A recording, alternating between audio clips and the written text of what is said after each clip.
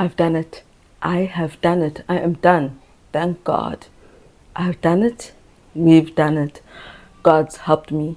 I've got not a single friend who actually homeschooled their own child. I don't have anyone. I had no one to follow. I had no one's example to follow. And I mean that in the proper sense of home education as our church founders taught it to be. There was nobody, I still don't know anybody who's actually doing it correctly, the way it should be done. So yes, I've done it. I've proven that I can do it. And that means so can you, because there's nothing special about me. So here's how I've done it. I've done it in that we received last week the letter from the Matriculation Board. We can convert my daughter's Cambridge certificate into a South African foreign conditional exemption.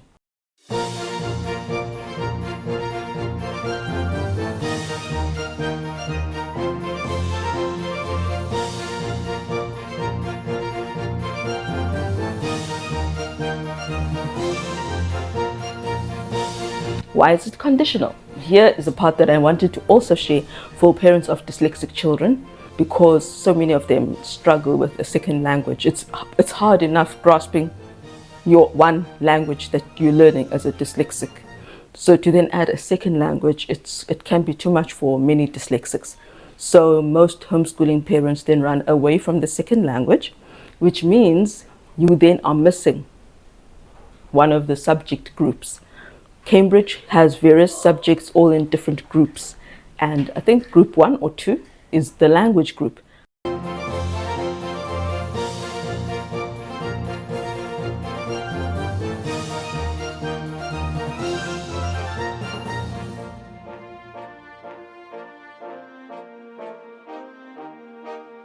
So if you're missing that, you're meant to choose subjects from all the groups, and you must have a subject from each group to get a full exemption. So if you're like us and you don't do language, for us it was a principal matter. If you read Spirit of Prophecy, you will come to realize the kinds of books you're meant to use, things with true stories, things that are real with morals.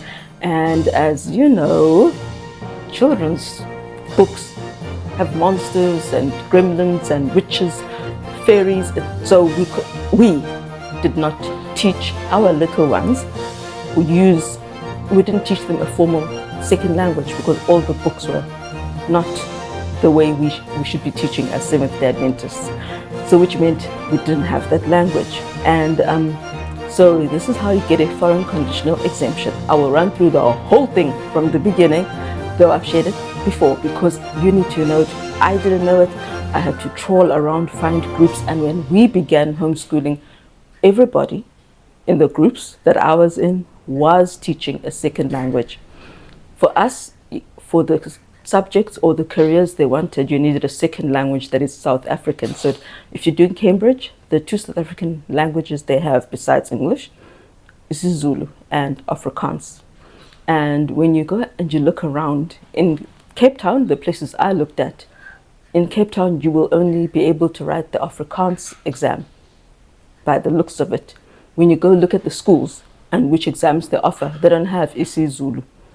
So that would be a problem for you if you are going to teach a language. But anyway, forget about that. So there's Afrikaans, isiZulu. We didn't do any of those. So I taught them, and we added two subjects from one of the groups to make up the entire. You need 6 subjects minimum. You need 6 subjects to get into university. For just a Matric exemption, you can get it with 5 subjects. But we wanted to be able to put them in university. So we needed 6 subjects. And how we did it, you can do it 3 ways. 2 ways, maybe 3. But anyway, we did it this way. You can do 3 IGCSE subjects, which is O levels, and 3 A level subjects to make up the 6. They all need to be different subjects. And I will give you this also. When you are looking at which subjects the degree needs, what the requirements are for your child to have studied in university, in high school, whatever the subject is, if they say Cambridge, if they say maths, sorry, there's noise going on out there and I can't hear myself think. But if they say you need mathematics D, that means mathematics in AS level. You won't be able to use your IGCSE mathematics mark. So take your required subjects in your A level or your AS levels and then fill it up, fill the others, fill the IGCSE subject choices with the subjects that are not required for the degree your daughter or son is thinking of. So what we did was 2 IGCSE and 4 AS levels. I was new to this. I'm South African. I've never touched Cambridge. I'd never touched Cambridge.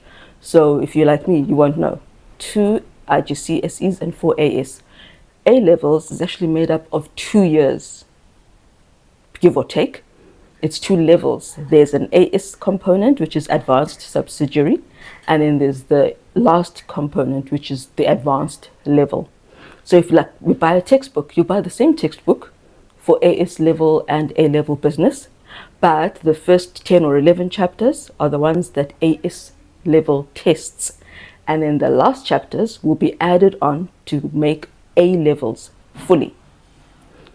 And in South Africa, for our South African universities, you only need to go up to AS levels. But if you want your child to go and study overseas or have the option of studying overseas or do distance learning via an overseas university, then you must do the AS levels, especially if you're looking at Britain. So then those people do the extra and do the full A level course. So full A levels is AS subjects or part plus the extra A levels, advanced levels. So I hope you got that down. So we did not go up to full A levels because we don't have that money. We looked at it. I honestly did look at it, especially for my daughter, because we have a relative who would have catered, taking care of her while she studied nursing there. But it's too expensive. Funding for international students is, whoa, the fees are too exorbitant. So we didn't go that route. So we stuck with what is needed by South African universities, which is just 2 IGCSE subjects and 4 AS level subjects. So you do them, you get all your marks, you get your certificates. You do copies of them, you make copies of them, or you actually just take them to a notary public, which is a kind of lawyer, or you take them to the institution, the higher education institution, be it UCT or wherever, or if you're out the country, take them to the South African High Commission. Someone needs to get it certified properly by the notary public, like a proper notary type certification. It's not a normal go to the Commissioner of Oaths at the police station. Those are the only ways you can get it properly certified according to the demands of the Matriculation Board. Because it's Cambridge, it's not South Africans, so you need to convert it into what South Africa says is the right thing. And I forgot to add, your minimum for IGCSE is a C, and in AS levels, your minimum mark that you are allowed to get in order to qualify for your Cambridge certificate to be converted is D. So your subjects each must have minimum D mark. So yes, you then have all your certificates, you get them notarized, you apply, look for USAF, USAF. It's Universities South Africa, that's what it stands for. That's the Matriculation Board that will convert your Cambridge certificates into a South African version. What we chose, because we are missing a subject group, was foreign conditional exemption. It won't be a full one because we didn't do all the groups. When you're missing one group, it's foreign conditional exemption. We applied for that. We gave them everything notarized. Well, we sent copies, we filled in the forms, we sent in the copies. And we got it. Last week, we got the letter from my daughter. She has complied with our rules for our country. She has her foreign conditional exemption, and it's valid until the 2030. Whew.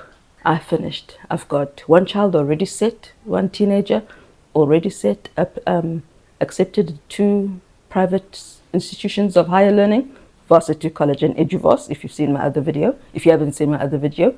And I've done it. I've got her to be able to apply at any university. We are done with our first homeschooling journey. It's over. I've done it. And the human in me wishes that those who kept throwing stones at me were alive to know that I've done it. I can do it. I'm not pathetic. And to quote the one, I'm not a waste. I'm not a waste. So anyway, here we are, we're finished. And that is how you do it. So my part is done. Thank you. See you later.